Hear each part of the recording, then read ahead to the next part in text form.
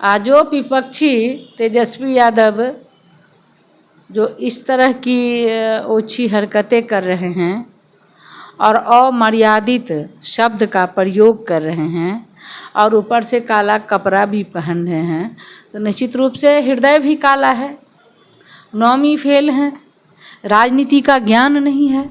हमारे देश के यशस्वी प्रधानमंत्री आदरणीय नरेंद्र मोदी जी करोड़ों करोड़ की राशि बिहार के विकास के लिए उन्होंने दिया है और विकास हो रहा है। जिस बिहार की जनता का हक, अधिकार, हुकूक अपने परिवार में लगाया, भ्रष्टाचार में लगाया, हत्या में लगाया, घोटाला में लगाया, तो बिहार की जनता से माफी मांगे। अवैध वोटर का वोट बैंक बना करके वो अपना चुनाव जीतते थे। नमस्कार, मैं हूं सिद्धि सिंह और आप देख रहे हैं फर्स्ट बिहार झारखंड। जिस तरीके से सत्र समाप्त हुआ, विधानसभा चुनाव कुछ महीनों में होने जा रहा है। सत्र में काफी हंगामे के साथ जो है कहीं ना कहीं जीत एनडीए की ही मानी जा रही है। विधेयक पर भी बातचीत हुई और विधेयक पास भी हुआ, लेकिन सत्र के दौरान काफी ऐसे अमर्यादित शब्दों का चयन किया गया, प्रयोग किया गया। हमारे साथ है राज्यसभा सांसद धर्मशीला गुप्ता, उनसे जानेंगे कि बिहार विधानसभा सत्र में मैम आपने देखा होगा कि सत्र तो चला, हंगामा हुआ, विपक्ष काले कपड़े पहन करके विरोध प्रदर्शन हुआ। सत्र में देखा जा रहा है कि मर्यादें अब खत्म होती हुई दिखाई दे रही है, शब्दों का चयन और संयम सब खत्म होता हुआ दिखाई दे रहा है। देखिए, देश को चलाने के लिए शिक्षित होना बहुत ज़रूरी है। जो विपक्षी तेजस्वी यादव जो इस तरह की ओछी हरकतें कर रहे हैं और अमर्यादित शब्द का प्रयोग कर रहे हैं और ऊपर से काला कपड़ा भी पहन रहे हैं, तो निश्चित रूप से हृदय भी काला है, नौवीं फेल हैं, राजनीति का ज्ञान नहीं है, न तो कोई दिशा है न तो नीति है। एक ही चीज़ है कि उनके परिवार का विकास और बिहार के विकास में अवरोधक बनना। विधानसभा ये मानसून सत्र बिहार के विकास के कई मुद्दों को सरकार उस पर मोहर लगाने वाली है और उस विकास के काम में अवरुद्ध हो रहे हैं विपक्ष। चूँकि विपक्ष को बिहार की जनता ने नकार दिया है, उनका अपना प्रभुत्व, अस्तित्व सारा मिटता नजर आ रहा है।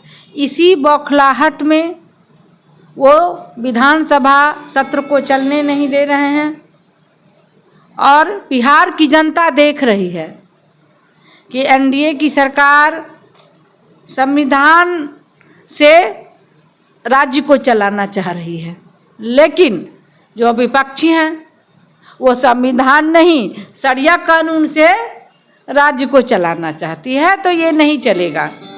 हमारा राज्य, हमारा देश संविधान के अनुसार चलता है, विकास की बातें होती हैं, लेकिन इधर तेजस्वी यादव और राहुल जी दोनों ही अपना जनाधार खो चुके हैं। चूँकि जब इनकी सत्ता थी लालू जी और राबड़ी जी की, तो उन्होंने घोटाला, आपराधिक बीज को उन्होंने बोया बिहार में और सिर्फ अपने परिवार का विकास किया, तो ये नहीं चलेगा। बिहार की जनता विकास के साथ है और एनडीए की सरकार निरंतर विकास कर रही है। ये डबल इंजन की सरकार है। हमारे देश के यशस्वी प्रधानमंत्री आदरणीय नरेंद्र मोदी जी करोड़ों करोड़ की राशि बिहार के विकास के लिए उन्होंने दिया है और विकास हो रहा है। विकास की अगर बात करें तो सत्र में देखा गया कि बीजेपी विधायक भी अपना संयम खो रहे हैं। उप मुख्यमंत्री बहस कर रहे हैं मंत्री से, विजय चौधरी से उनकी जो है इस पर अशोक चौधरी से काफ़ी बहस होने की भी बात सामने आती है, विजय सिन्हा की। तो तमाम चीज़ों को देखा जाए तो विपक्ष तो हंगामा कर रहा है, लेकिन सत्ता पक्ष भी अपने शब्दों का चयन खो रहा है। ऐसा नहीं है, घर में बर्तन है तो ढन बनाता ही है, अब जानते हैं, ये सब आपस की बातें हैं, ऐसा कुछ भी नहीं है। तेजस्वी यादव कह रहे हैं कि हमने तो 5 साल के अपने समय के लिए माफ़ी भी मांगा, लेकिन सत्ता पक्ष से एक शब्द नहीं निकल करके आ रहा है। एसआईआर की भी मुद्दे पर वो बोल रहे हैं। वो माफ़ी कहाँ मांग रहे हैं, वो तो बिहार को भड़का रहे हैं, बिहार की जनता को अपमान कर रहे हैं। माफ़ी मांगे बिहार की जनता से, विशेष व्यक्ति से माफ़ी मांगने से क्या होगा? जिस बिहार की जनता का हक, अधिकार, हुकूक अपने परिवार में लगाया, भ्रष्टाचार में लगाया, हत्या में लगाया, घोटाला में लगाया, तो बिहार की जनता से माफी मांगे। चुनाव बहिष्कार करने की भी बात कर रहे हैं कि विधानसभा चुनाव बहिष्कार करेंगे। एसआईआर तो हम उस पर तो हम बात ही नहीं करेंगे क्योंकि एसआईआर के उस खिलाफ है। स्पष्ट दिखता है ना कि हार की हताशा में इतना निराश हो गए हैं तेजस्वी यादव कि वो एसआईआर का विरोध कर रहे हैं, जो कि हमारे बिहार वासियों का पहला अधिकार है मतदाता सूची में नाम दर्ज होना। लेकिन तेजस्वी यादव का जो वोट बैंक है वो रोहिंग्या, बांग्लादेशी, म्यांमार, नेपाल, वो जो अवैध वोटर है, वो चुनाव आयोग के निष्पक्ष जांच से वो उन अवैध वोटर को हटाया जा रहा है कि वो एसआईआर का विरोध कर रहे हैं, जो कि हमारे बिहार वासियों का पहला अधिकार है मतदाता सूची में नाम दर्ज होना। लेकिन तेजस्वी यादव का जो वोट बैंक है वो रोहिंग्या, बांग्लादेशी, म्यांमार, नेपाल, वो जो अवैध वोटर है, वो चुनाव आयोग के निष्पक्ष जांच से वो उन अवैध वोटर को हटाया जा रहा है। और जो वोटर बिहार के मूलवासी हैं, जो बिहार में रहते हैं, जिनका बिहार वासी है, उनका नाम मतदाता सूची पे जुड़ रहा है। तो इससे तेजस्वी यादव को क्यों इतना घबराहट हो रहा है? क्यों हार की हताश में इतना विरोध कर रहे हैं? हार मान ले, लेकिन बिहार की जनता तो नकार ही चुकी है। इस तरह से सदन को नहीं चलने देना, विरोध करना, ये क्या दर्शाता है कि हार की बौखलाहट में इस तरह की बातें वो कर रहे हैं। लेकिन देखा जाए तो यही रोहिंग्या, यही बांग्लादेशी तो नरेंद्र मोदी को लोकसभा चुनाव में चुन करके लाए थे। तो विधानसभा चुनाव से पहले एसआईआर क्यों, लोकसभा चुनाव से पहले क्यों नहीं कराया गया? आप बिहार की बात करते हैं ना, तो बिहार में जब लालू जी या राबड़ी जी जीते थे तो उन्होंने क्यों नहीं किया? आज तो हमारी सरकार कर रही है, मुद्दा उठाई है, चुनाव आयोग कर रहा है। वो लोग कहाँ थे सोए हुए? क्यों नहीं किए? क्यों संरक्षण दिए? रोहिंग्या को, बांग्लादेशी को, म्यांमार के लोगों को संरक्षण दिए। वो अवैध वोटर का वोट बैंक बना करके वो अपना चुनाव जीतते थे। लेकिन अब बिहार की जनता जागरूक हो चुकी है, वो नहीं चाह रही है। वो अपना अधिकार बिहार वासियों का पहला है।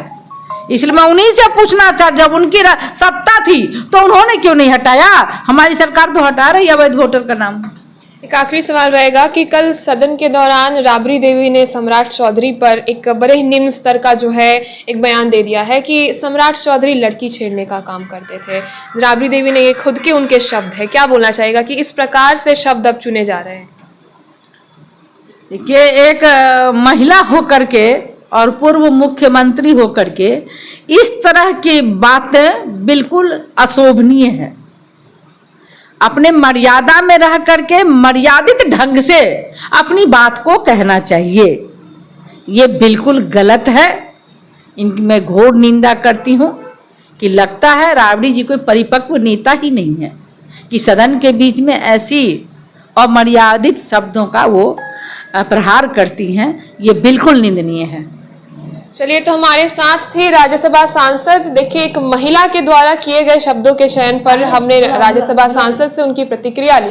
साथ ही एसआईआर मुद्दे पर जमकर तेजस्वी पर हमलावर होती हुई नजर आ रही है कि रोहिंग्या, बांग्लादेशी वोटरों जो है अवैध तरीके से बिहार में है और इन्हीं का वोटर साफ करने के लिए एसआईआर की प्रक्रिया है। लेकिन ये वही तेजस्वी यादव है जो अपराध को और अपराधियों को अपने ही घर में पनाह देते थे।